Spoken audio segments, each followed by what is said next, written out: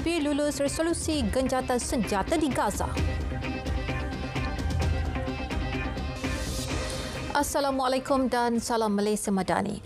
Majlis Keselamatan Pertubuhan Bangsa Bersatu UNSC buat pertama kalinya menerima resolusi genjatan senjata segera di Gaza sepanjang Ramadan selain meminta pembebasan segera tanpa syarat semua tawanan dan memastikan akses untuk mereka mendapatkan keperluan kemanusiaan dan perubatan.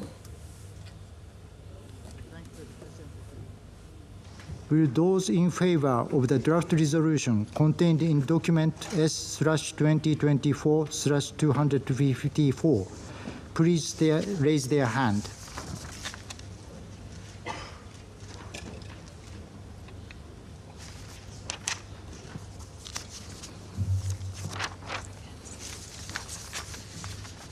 Those against? Abstention.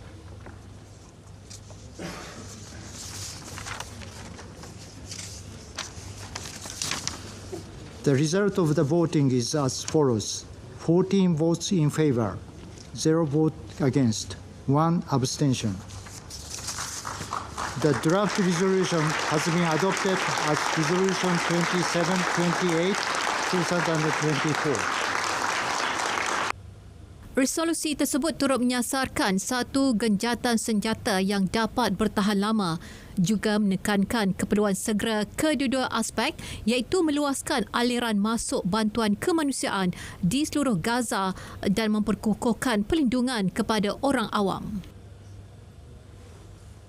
Pakistan dan Maldives antara negara yang menggesa pelaksanaan segera resolusi Majlis Keselamatan Pertubuhan Bangsa-Bangsa Bersatu UNSC. Kementerian Hal Ehwal Luar Pakistan berharap langkah ini bakal menjadi penamat serangan kejam Israel seterusnya membantu menangani situasi kemanusiaan yang serius di Gaza. Sementara itu, Menteri Luar Maldives Musa Zamir berkata negaranya menganggap penerimaan resolusi Majlis Keselamatan PBB itu sebagai langkah penting ke arah memastikan genjatan senjata yang berkekalan di Gaza.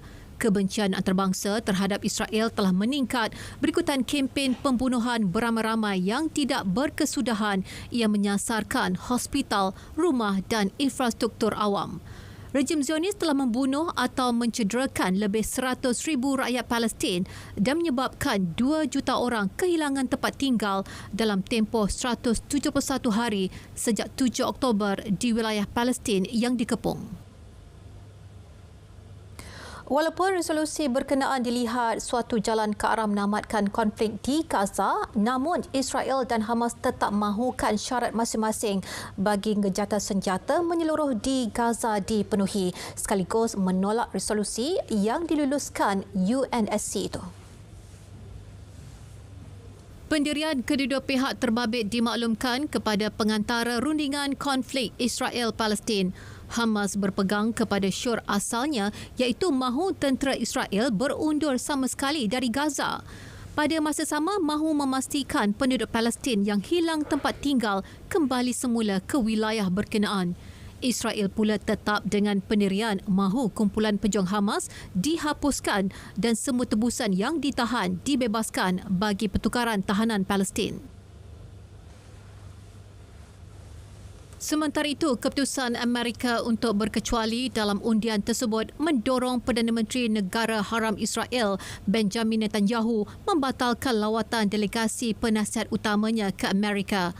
Berdasarkan rancangan awal, penasihat keselamatan Israel Zachi Hinekbi dan Ron Demir, anggota Kabinet Perang serta penasihat rapat Netanyahu dijadual berlepas ke Washington semalam. Ia bagi membincangkan strategi serangan dan alternatif Amerika. Bagaimanapun, lawatan itu dibatalkan berikutan keputusan pengundian terbaru UNSC. Dalam perkara itu, Malaysia menyatakan sokongan penuh terhadap keputusan tersebut. Perdana Menteri menegaskan supaya resolusi berkenaan dikuatkuasakan segera.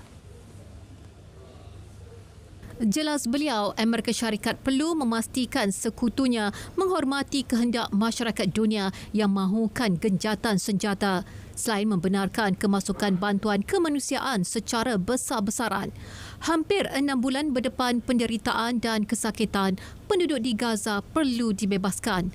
Datuk Seri Anwar turut menzahirkan penghargaan atas keberanian dan komitmen kemanusiaan yang dipamerkan 10 ahli majlis yang dipilih. Bagi penduduk Gaza, keputusan tersebut dilihat membawa sinar. Namun mereka berharap gencatan senjata segera berkenaan benar-benar dipatuhi Israel. احنا بنأمل من اسرائيل هنا هالمره تطبق، لانه كل مره بيقولوا لنا الجمعه السبت الاحد في وقف اطلاق نار وما بزدوش كل مره زي كل مره. يا ريت هالمره يكون عن جد الاشي يا ربي، ويوقف اطلاق النار وتروق هالدنيا والناس تروع على بلادها معي. والله زقنا سفك دماء وزقنا موت وشهداء ودمار معي، يعني هي إلنا 6 شهور والحال كما هو. يصير وقف اطلاق نار لانه تعبنا والبلد اتدمرت وافضل حاجه انه اطلاق النار تقف. افضل حاجه لانه عن جد نرجع على دورنا وعلى بيوتنا ونفسيه تعبانه كثير. نفسيه تعبانه كثير. مش انا لحالي كمواطن، كل الشعب الفلسطيني. والله احنا نامل ان القرار يتنفذ وتاخذوا اسرائيل على المحمل الجديه شويه، لان احنا شايفين اسرائيل ضربه بالحائط، مش رده ولا على مجلس الامن ولا على اي دول عربيه ولا اي دول اجنبيه. وانت شايف كيف الوضع والحياه اللي احنا عايشينها صعبه جدا ومجازر جامده واباده جماعيات مش جماعيه كثير. الامر صعب وان شاء الله بنتمنى ان الوقف اطلاق النار يكون سريع ويكون القرار ياخذ حيز بالتنفيذ. Sebuah jabatan utama di Bandar Baltimore, Amerika Syarikat runtuh selepas dilanggar oleh sebuah kapal kargo. Kejadian itu menyebabkan kira-kira 20 orang serta beberapa kenderaan terjunam ke dalam air di bawah jambatan terbabit. Rakaman menunjukkan sebuah kapal kontena melanggar tapak jambatan Francis Scott Key sehingga menyebabkan keseluruhan struktur binaan keluli itu runtuh di Sungai Patapsco. Pihak berkuasa pengangkutan Maryland turut mengingatkan pemandu untuk mengelak menggunakan laluan ke jambatan tersebut. Ketika ini usaha menyelamat sedang dijalankan.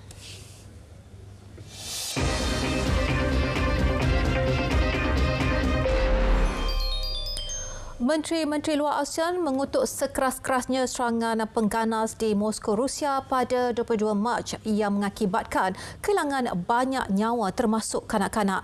Menerusi kenyataan memaklumkan ASEAN menyokong sepenuhnya usaha kerajaan Rusia menangani keadaan itu dan membawa pelakunya ke muka pengadilan.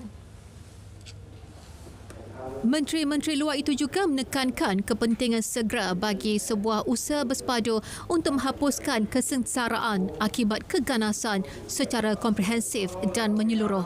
Mereka juga mengulangi kesungguhan komitmen mereka untuk bekerjasama dengan masyarakat antarabangsa dalam memerangi keganasan dan ekstremisme keganasan termasuk piagam ASEAN. ASEAN menzahirkan rasa simpati dan mengucapkan takziah kepada keluarga mangsa, rakyat dan kerajaan Rusia dan mengharapkan agar mereka yang cedera dapat segera sembuh. Sementara itu, Ketua Jawatankuasa Penyiasatan Rusia Alexander Bastrykin berkata angka kematian akibat serangan pengganas itu telah meningkat kepada 139 individu, manakala 182 yang lain cedera. Beliau turut menyatakan pasukannya sudah menetapkan kronologi penuh serangan pengganas tersebut. Tambahnya, penemuan awal siasatan menunjukkan bahawa serangan pengganas itu dirancang dengan teliti. Sebelum ini, 4 lelaki dari Tajikistan ditahan reman atas tuduhan melakukan keganasan kerana disyaki melancarkan serangan itu. Dan 3 lagi penyerang ditahan reman kerana disyaki bersubahat. Wilayah Jawa Timur mengalami gempa susulan sehingga 256 kali setakat Isnin dan menurut Agensi Pengurusan Bencana Daerah Jawa Timur, sehingga 6 pagi waktu tempatan mendapati rangkaian gempa kecil itu berikutan gempa bumi kuat 6.0 magnitud 11.22 pagi Jumaat lepas. Gempa yang berpusat di Laut Jawa kira-kira 132 km timur Laut Tuban di kedalaman 10 km menghasilkan getaran kuat di Tuban, Bawean, Lamongan, Bojonegoro dan Surabaya. Getaran turut dirasai di beberapa wilayah berhampiran seperti Jawa Tengah, Yogyakarta sehingga Kalimantan Selatan. Badan Nasional Pengurusan Bencana Indonesia BNPB melaporkan hampir 4,680 rumah di Gresik, Tuban, Lamongan, Sidoarjo, Pamekasan dan Kota Surabaya mengalami kerosakan. Seramai 33,535 orang kini berada di pusat pemindahan sementara. Bencana geologi itu juga menyebabkan kerosakan bangunan kemudahan awam termasuk 91 sekolah, 24 pejabat, 5 hospital dan 183 tempat ibadah. Dua rumah milik penyanyi rap terkenal Hollywood Sean Diddy Combs di Los Angeles dan Miami diserbu ejen persekutuan semalam dan serbuan tersebut dilakukan selepas dakwaan artis tersebut terlibat dalam pemerdagangan seks dan serangan seksual.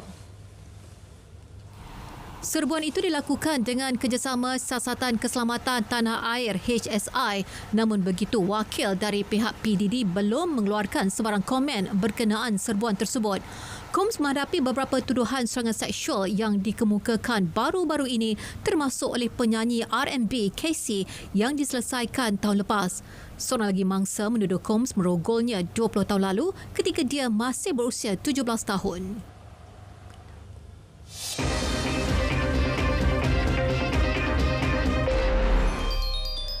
Pengarah Kejurulatihan Akademik Badminton Malaysia Rexy Manaki memberi bayangan bergu wanita nombor 1 negara Perlitan dan Tina berkemungkinan tidak diturunkan pada saingan Piala UBA di Chengdu, China.